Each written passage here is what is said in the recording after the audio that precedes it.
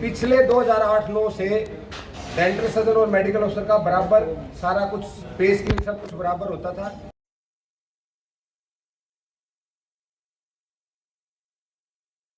वो मिलता 5 साल पे, 11 साल पे और 17 साल पे। 11 साल पे 25% कैडर को मिलता है और 17 साल के बाद सिर्फ 20% लोगों को मिलता है। वहीं हमारे जो 2008 तक जिसमें मैं भी हूँ, 5, 10, 15 जो आज मेडिकल अफसर ले लिया उनको 100% को मिलता है और हमारे को परसेंटेज में मिलता है। एक ही आदमी HPSC में इकट्ठा सेलेक्ट होता है। डेंटल सर्जन ही मैं आपको छोटी सी बात बताता हूँ, इकट्ठे भर्ती होते हैं। एक ही आदमी को 17 साल में हो सकता है मिल जाए, दूसरे को नहीं मिले। एक बात।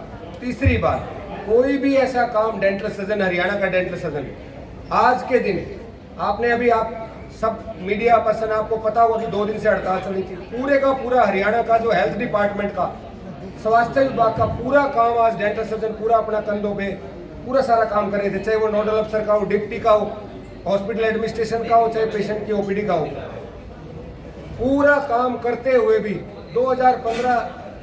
15-16 साल पहले हमारे साथ ये अत्याचार हुआ कि हमारे कैडर को बिल्कुल अलग कर दिया गया, जिसमें 11 साल बाद सिर्फ 25% को और 17 साल बाद सिर्फ 20%।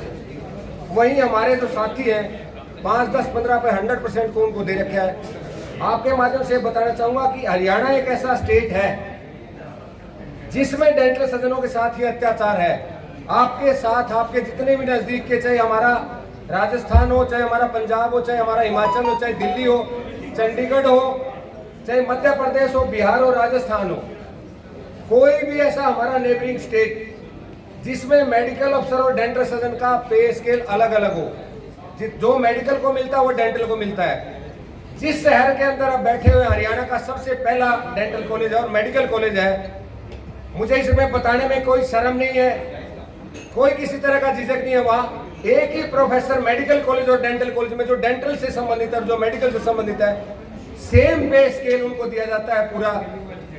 और सिर्फ हम 650-700 आदमी हैं जिनके साथ ये भेदभाव है कि उनको अलग कर दिया और हमारे को 20% और 25% में बिल्कुल डिफरेंट कर दिया कि इनको 100% को नहीं देना। एक बात आपके माध्यम से बताना चाहता हूँ, कोई भी ऐसा नेशनल प्रोग्राम भारत सरकार का, हरियाणा सरकार का, चाहे वो कोई आयुष्मान हो, कोई निरोगी हरियाणा हो, कोई यात्रा हो, कोई हमारा NCT का काम हो, कोई हमारा PNDT का काम हो, कोई हमारा स्कूल से रिलेटेड काम हो, कोई हमारा डेथ बर्थ से संबंधित काम हो, जितने भी एडमिनिस्ट्रेशन में आज जो काम है क्लिनिकल के साथ साथ पूरे डेंटल सर्जन हरियाणा के सारा ये काम कर रहे हैं।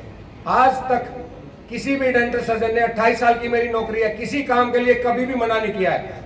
दूसरी बात ये बताना चाहूंगा कि कोविड में यदि किसी इंडिया में किसी ने काम किया तो हिंदुस्तान में सिर्फ डेंटल सर्जन हरियाणा के हैं, जिन्होंने अपनी जान पे खेल के, हमारी एक लड़की है भिवानी में शहीद हुई थी, कोई पूछने तक नहीं उनको जाता उस लड़की को, कोविड के दौरान शहीद हुई, हमने कुछ नहीं मांगा। आज भी हम सरकार से पिछले 2-3 साल से संघर्ष कर रहे हैं। पिछले 2-3 महीने से मैं लगातार पूरी टीम के साथ संघर्ष कर रहा हूं। हर चीज हमारी अप्रूव होने के बाद माननीय जो हमारे पुराने मुख्यमंत्री जी से श्री मनोहर लाल खट्टर जी, हमारे पुराने स्वास्थ्य मंत्री थे हमारे अलील विज जी, ACS मैडम, सबने हमारी फाइल को अप्रूव कर दिया। जो प्रेजेंट में हमारे ACS सर हैं सुधीर राजपाल सर, उससे पहले हर आदमी ने हमारी CM ऑफिस से हमारी फाइल अप्रूवल हो गई है, यस हो गया है। लेकिन मुझे ये नहीं समझ में आता, पीछे हम फाइनेंस मिनिस्टर से मिले, उन्होंने हमें सारा कुछ बताया, सारा कुछ पॉजिटिव बताया कि हो जाएगा, लेकिन वो हमारे साथ इतना घोर अन्याय क्यों? कभी भी किसी डेंटल कैडर में आज तक 28 साल के इतिहास में सिंगल आदमी भी कोई स्ट्राइक पे नहीं गया। कभी स्ट्राइक के लिए उन्होंने नाम भी नहीं लिया। ठीक है, मोमेरेंडम दिए, बताया कि हमारे साथ ये हो रहा, हर साल हम बताते हैं हमारे साथ ये हो रहा, लेकिन कोई भी इंसान ने सिर्फ गांधीवादी तरीके से काम किया। कभी भी कोई ऐसा फैसला नहीं लिया कि सरकार के खिलाफ जाए। हम तो हाथ जोड़ के आपके माध्यम से ये चाहते हैं कि हमारा जो 5, 10, 15 का 100% का जो हमारा पे स्केल है हमें बराबर दिया जाए।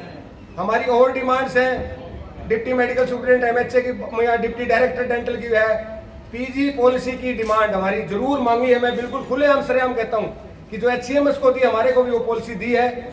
उनका दिल से धन्यवाद करता हूं ACS सरकार की, हमारे को भी उन्होंने इंक्लूड करा। मैं उस मीटिंग में था।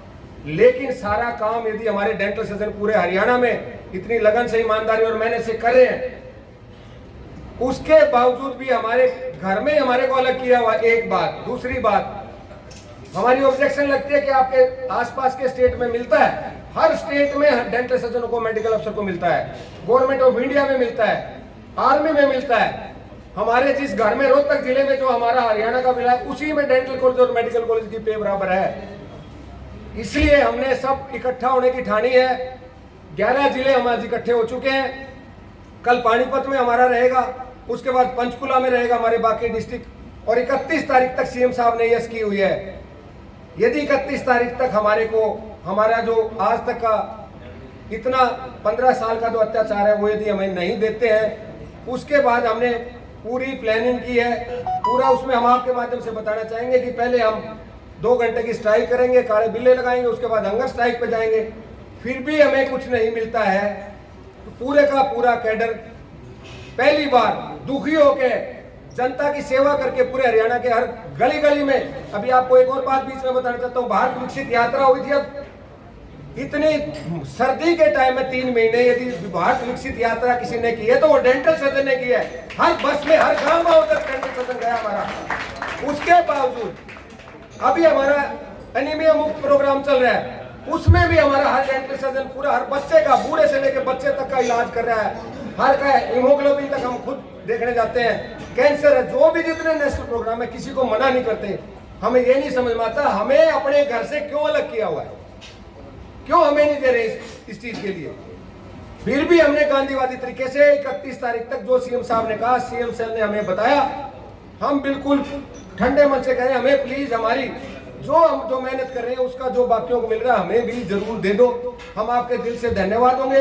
हर आदमी हमें कोऑपरेट करता है, चाहे वो हमारे अधिकारी हो, चाहे ऊपर चंडीगढ़ के जितने भी एसीएस है, जितने मंत्री हैं, सबसे मिले, सबने पॉजिटिव रिस्पॉन्स दिया है। ऑलरेडी हमारे पूरे सीएम साहब ने पूरा अप्रूव कर दिया। सब कुछ होने के बावजूद भी आपके माध्यम से हाथ जोड़ के प्रार्थना है कि हमारे सीएम साहब तक ये बात जाए कि हमारे साथ जो अन्याय है इसको हमारे को बिल्कुल न्याय दें। ये अत्याचार अब बर्दाश्त नहीं होगा। यदि हमें नहीं मिलेगा तो अगला स्टेप मैंने आपको बताया, हम किसी लेवल तक भी जाएंगे। हम स्ट्राइक जो भी होगी, हमारा नया जो सारा कैडर हमें करेगा, डिसाइड करेगा, उसमें हम जाएंगे।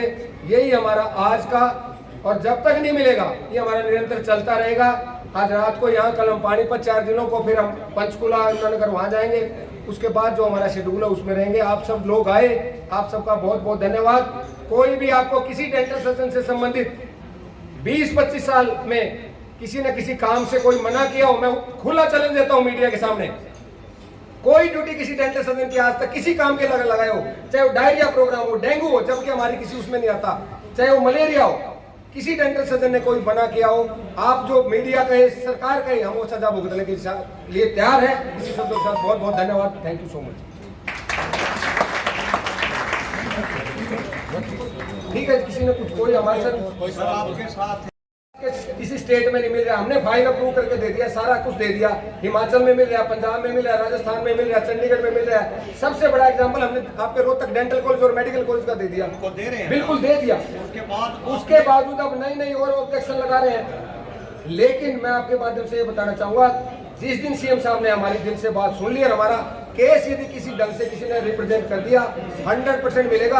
हम कोई ऐसी कोई डिमांड नहीं है कि कोई अलग से स्पेशल डिमांड ले रहे हो, सिर्फ 5, 10, 15 की 100% की हमारी डिमांड है, वो हमारी पूरी करें। हम उनका दिल से धन्यवाद करते हैं। सर, आपने कहा कि आपकी फाइल अप्रूव हो चुकी थी, फिर कहाँ रुकावट आ गई? हमारी फाइनेंस डिपार्टमेंट में जाके बार जाके फाइनेंस डिपार्टमेंट में हमारी फाइल अटकती है, 100% अटकती है।